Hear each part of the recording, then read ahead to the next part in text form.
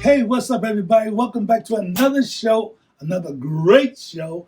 We Veterans TV show, bringing you guys another episode, part 2. That's right, part 2. By the way, my name is Karen Kendra Holmes, and I go by pronouns of she, her, and hers.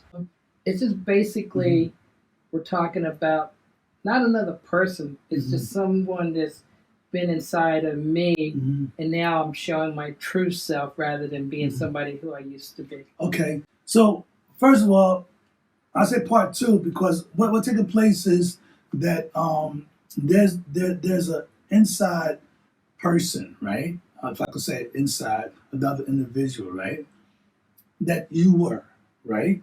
And somehow you knew that you were somebody else.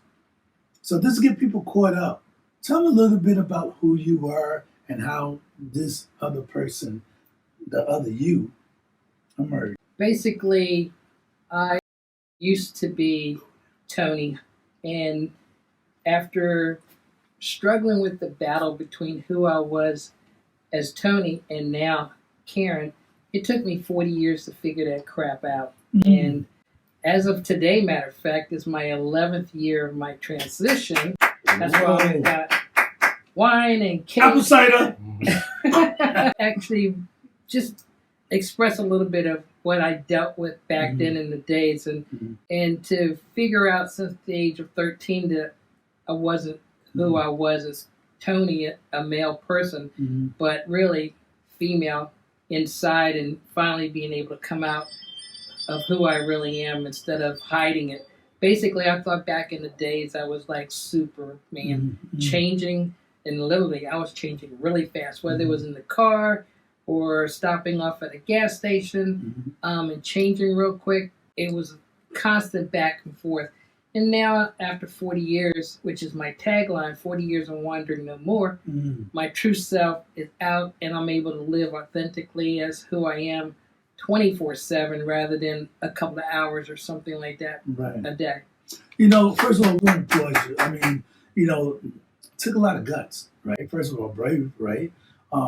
Your heart was kind of like torn because this is who you were, this is who you wish to be, and there was like some discrepancy in your mind about telling your parents about it. Briefly, because I want to get your guys caught up. This all was part 1, so y'all guys gotta go back and review part 1 because there's so much with part 2 we gotta get to. So briefly, please tell them a little bit about how you approached this with your parents, please. The first time when I basically was going to decide to transition, which was after a conference that I went to in Philadelphia called the Philadelphia Trans Health Conference. I came back fired up, gung-ho, ready to let my job know that this is what I wanted to do first.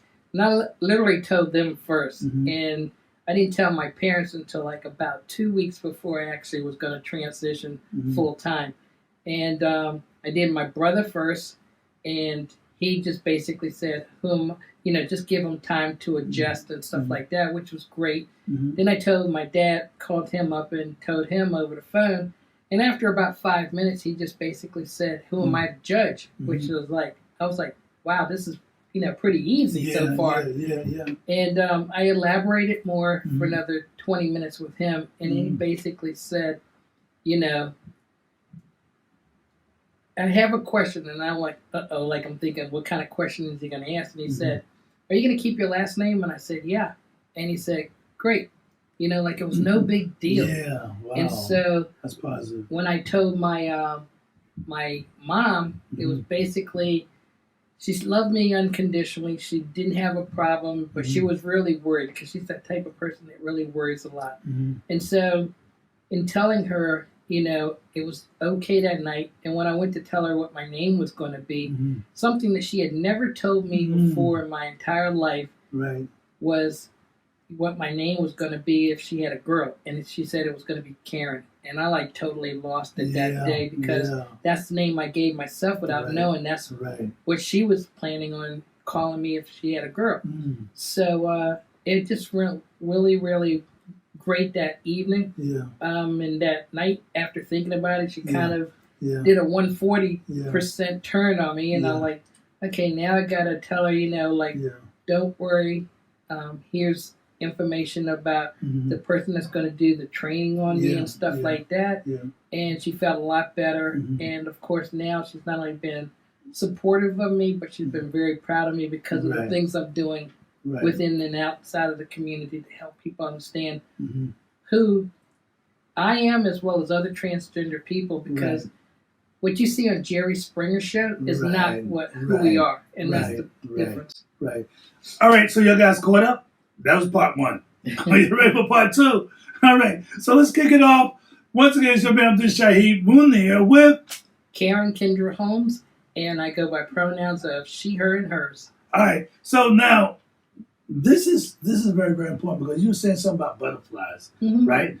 Please briefly, let's talk a little bit about that and what kind of program it is, please. Okay, so in 2019, in Prince George's County, Maryland, in the Fairmont Heights area, 2 women, transgender women, were murdered in that area on Eastern Avenue area there, which is divided between Maryland and D.C. And after the second one was murdered, the 3rd District commander contacted me through one of her sergeants who met me at a previous event and said, hey, look, I'm tired of pushing the girls over the D.C. side of the street. D.C. comes by, pushes them back over to Maryland, and I don't want to play this ping pong game with them anymore. And if I arrest them, they're just going to come back out on the street later. So is there anything you would like to do to help these girls get off the streets?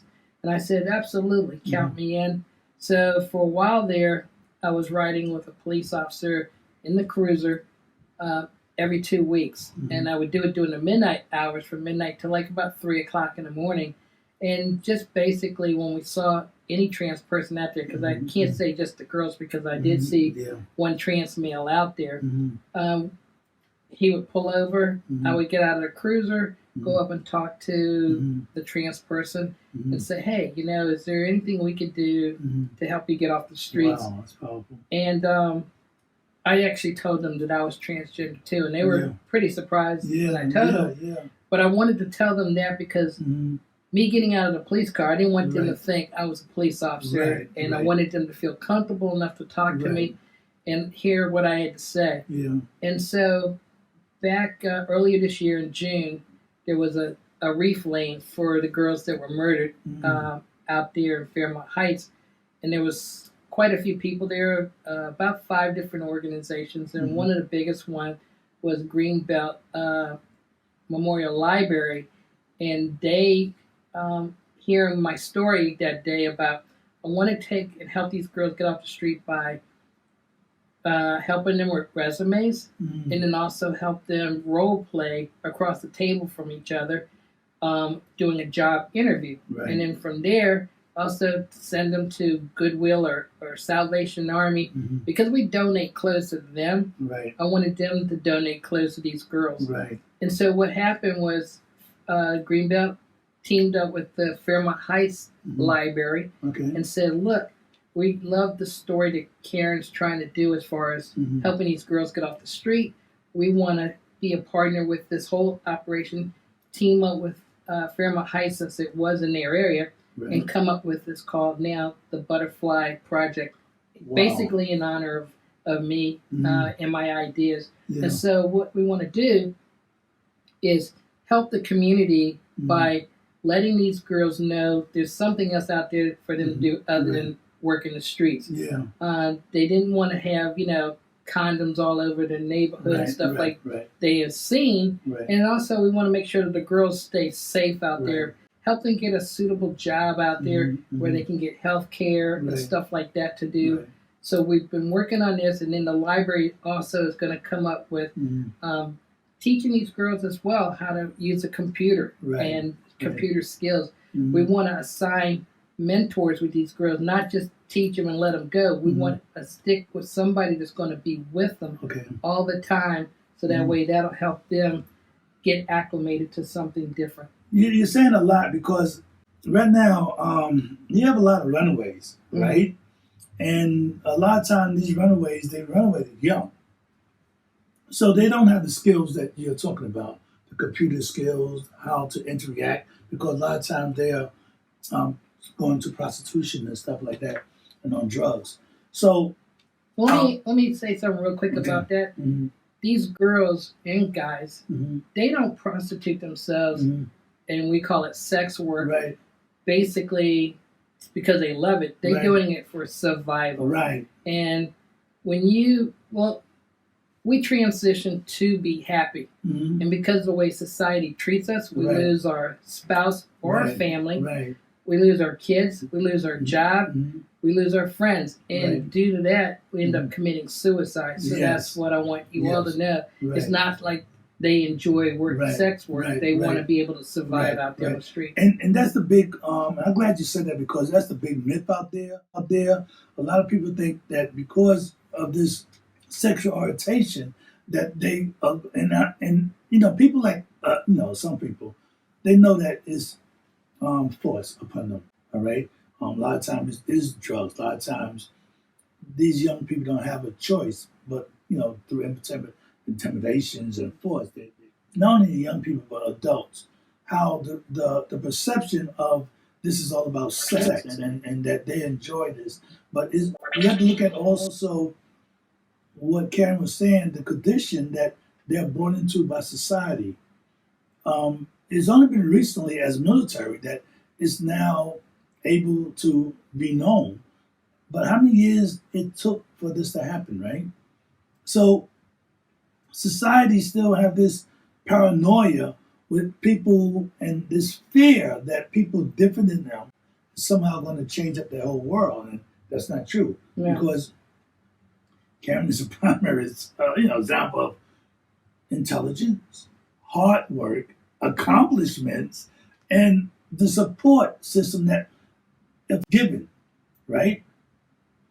So it's how important that we have to give the right support, and that means society. That means some of our thinking have to change.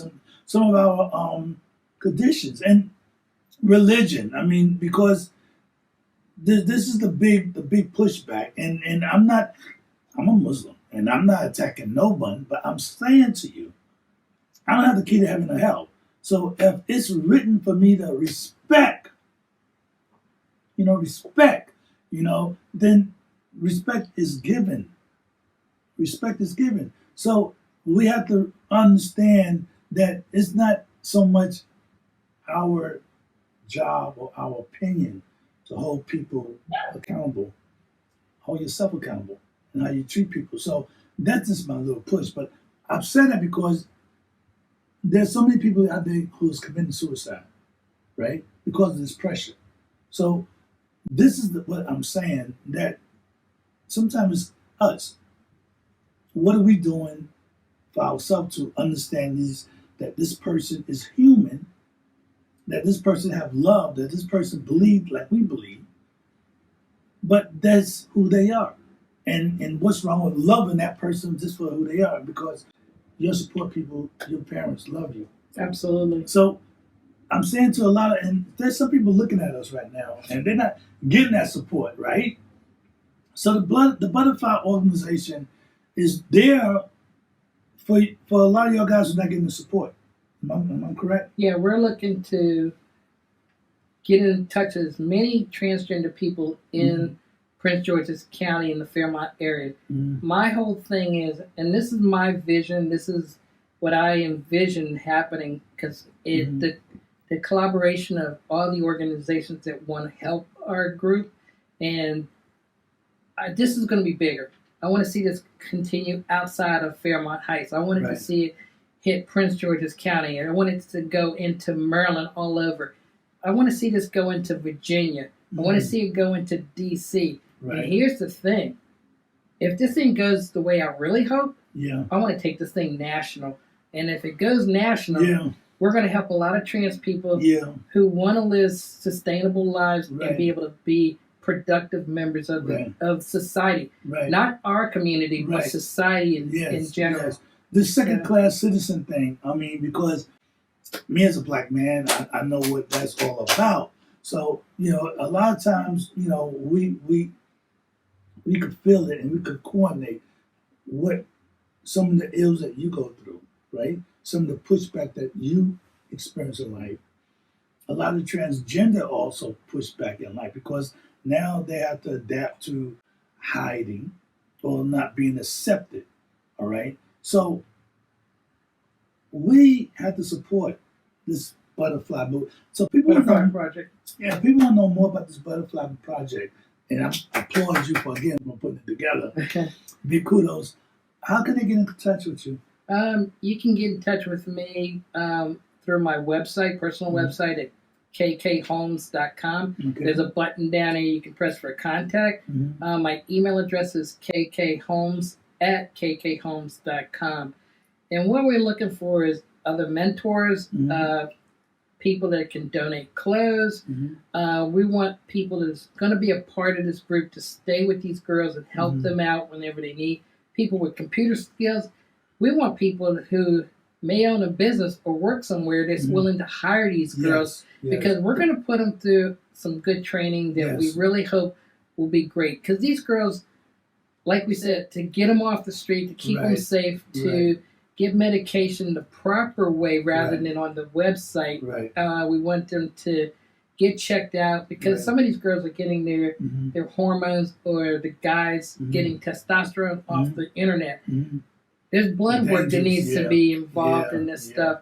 And one thing I want to clarify, it's not a sexual orientation as far as this. When we transition to be happy. Right. As transgender people, we are who we are in our mind, heart, and spirit. It has nothing to do with sexuality. A 5, 6, and 7-year-old kid doesn't know anything about sexuality. All they know is, I'm a boy, I'm a girl. And what's happening here is people want to say, oh, are you gay? Are you lesbian? And no, it has nothing to do with that.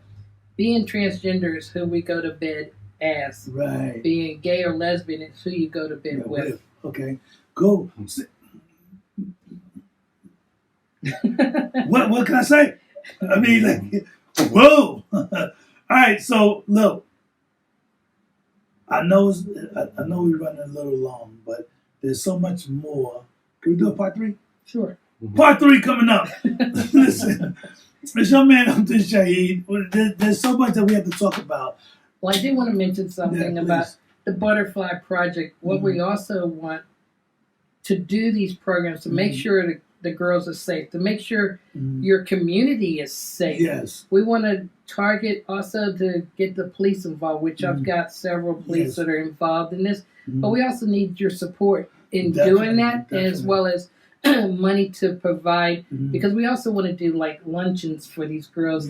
Get them in, talk to them, just get them acclimated with who their mentors are going to be. So if you're willing to make a donation, we're going to be also putting up a GoFundMe. But the money is not the whole purpose of this whole thing. What's important is that we are putting ourselves in helping other transgender people live a normal life. I mean, you might think being transgender isn't normal, but we just want to be normal like anybody else. So it's a support system. You know, and whatever we could do, Abdul Shahid with the Veterans TV show, in the community TV show, by all means reach out to us. I'd like for each and everybody out there to make a donation. All right, I'd like for everybody out there to support the Butterfly Project. Right? I'd like for everybody, if you got clothes, if you have a skill, if you want to be a mentor, this is good for people. Now, this is a plus for a lot of my veteran friends out there, my veteran brothers and sisters, no matter who you are. If you know people who need, maybe you're not able to talk to them, give Ms. Karen a call, because I'm quite sure he'll be able to talk to them. Yeah, I really want to be able to make sure that any trans veteran person, if they are having any kind of trouble or dealings with things, give me a call, because every year in going to be in November, it's November 20th, it's called Transgender Day of Remembrance. Of all the transgender people, certain areas all over the world are going to be honoring that day to read names that might be in their area of transgender people that have been murdered. Prince George's County is going to be doing it, Montgomery County, D.C., Virginia, all over the country. Mm-hmm. And so far, we're up to 38 murders that have been Wow. happening in this country. Mm-hmm. And out of that 38, probably about 35 are women of transgender women of color. Right. And so, if you're talking to these people, have them contact me if they want to, Yeah.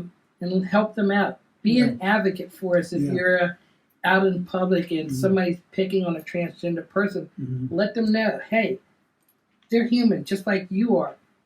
Just because you don't understand who they are, talk to us. We will tell you Right.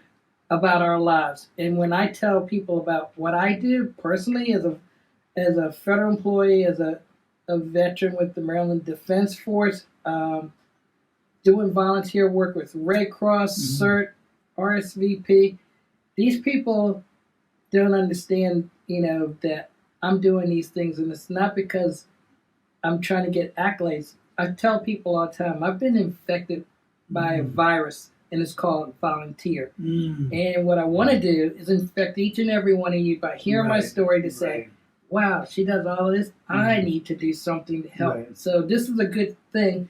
The Butterfly Project, Yes. to be able to help these girls out there as well as guys who may need your help.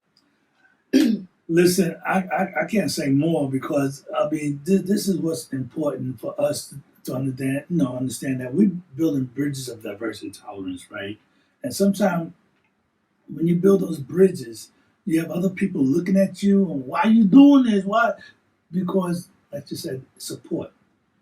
Me as a human being supporting another human being up, not down, up. It's our job, each and everybody's job, to help somebody else up, not down. So again, I'm giving them that information more time because I know somebody out there came late and they're like, what they talking about? What they talking about? We're talking about the Butterfly Project. How if you are transgender, right, or you have anything that's going on, maybe you being fired, maybe you being harassed, maybe you being attacked, maybe you being bullied, maybe you being threatened, intimidated. There's a program that can help you to keep you safe. Tell them a little bit more about that program, and we're gonna be. So the Butterfly Project again is to help other transgender people sustain a life that's worthy to be out there, not to work the sex work streets and stuff like that. Matter of fact, I had one transgender woman who called me up and said, I want to get off the streets. I've been raped. And for her to call me, that's the kind of bridge gap that I'm trying to build, and loyalty and honesty and trust. And I want them to look out for me.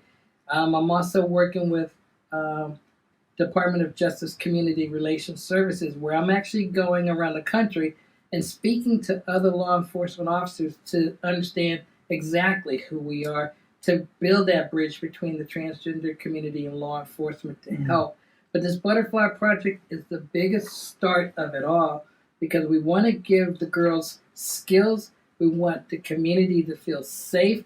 We don't want them to feel like, oh, I'm coming outside again to condoms all over my yard, or hear that another trans person's been murdered in my community. I want to be able to work with them. I want to be able to say, hey, if you need help, come to me. We can talk.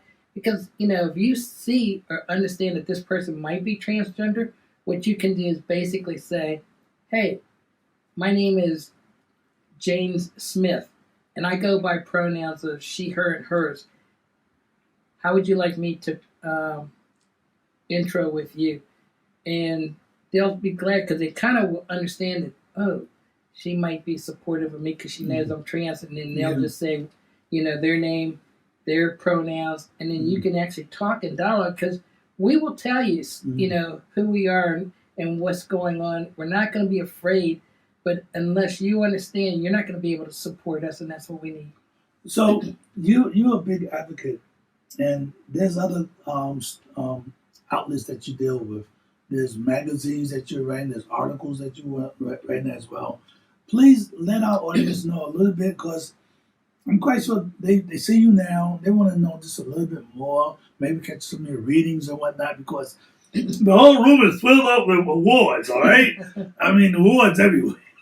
So, great work. So, let the people know a little bit about, where they could hear you, your blog. You got a blog, you write. Tell them a little bit about that and how they can hear you, catch you on some of those. Well, I write articles for Baltimore Out Loud newspaper. Mm-hmm. I have my own column, and it's called Trans Lives. Mm-hmm. So if you go to Baltimore Out Loud and just put in Trans Lives, you'll see a bunch of articles that I've written. As far as everything with my life, I've kind of gotten a little stagnated, but I said now I really want to be able to put out there after 11 years my life and what I've been doing. Right. I'm also a radio host for Inside Out on WPFW 89.3 FM out of Washington, D.C. A Platform magazine. I've been inside that magazine for one of the top. I was among 31 other women for the most successful women in, with a platform, and that right there. Wow, I was the only transgender woman in that magazine, so that's more impressive for me. Wow. And next month, I'm going to be on the cover of that magazine, so I found out about that. Wow, big pull. You doing it? LGBT nations. I'm among the top 50 successful transgender Americans you need to know. So, and then of course my military status with in 2012 I got NCO Soldier of the Year. That ain't no joke. For Maryland, and then for the country by the State Guard Association of the United States, I got Soldier of the Year of the country. So, yeah, so we're doing what we can. Yeah, listen. Again, this is part 2. Part 3 coming up. We're gonna be talking about a lot of other things. So we do it Friday. Can we give them a heads up? Friday? Yes. You check the schedule out. But I'm pretty sure we can do it, but I want to make sure. Yeah. We're going to try to do this every Friday at 2 o'clock, so y'all guys can look for us Friday, 2 o'clock. We're going to keep y'all guys posted. But, again, we need your guys' support because it's all about standing up, speaking up for those people who need your support. It's not that these people are any different. There's no difference. All right? We have to take that out of our mind that we need to be afraid that there's some intimidation. And a lot of it have to do with what you read. A lot of it have to do with what you believe. So cross that bridge. Diversity and tolerance. Until the next time, it's your man Abdul Shahid with, you want to say one more thing? Karen Kendra Holmes. I go by pronouns of she, her, and hers. But if you need to get in touch with me, go to my personal website at kkholmes.com. If you want to send me an email, it's kkholmes at kkholmes.com. And repeat it one more time. One more time. My email address is kkholmes at kkholmes.com. Okay. And if you need to get me, you can also contact me through my website at kkholmes.com. Listen, everybody, it's been a great show. I apologize that we have to cut it short. She got to run. We got to run. It's a lot going on. So as all the time, I say to y'all guys, keep it here in the community TV. We, the Better TV.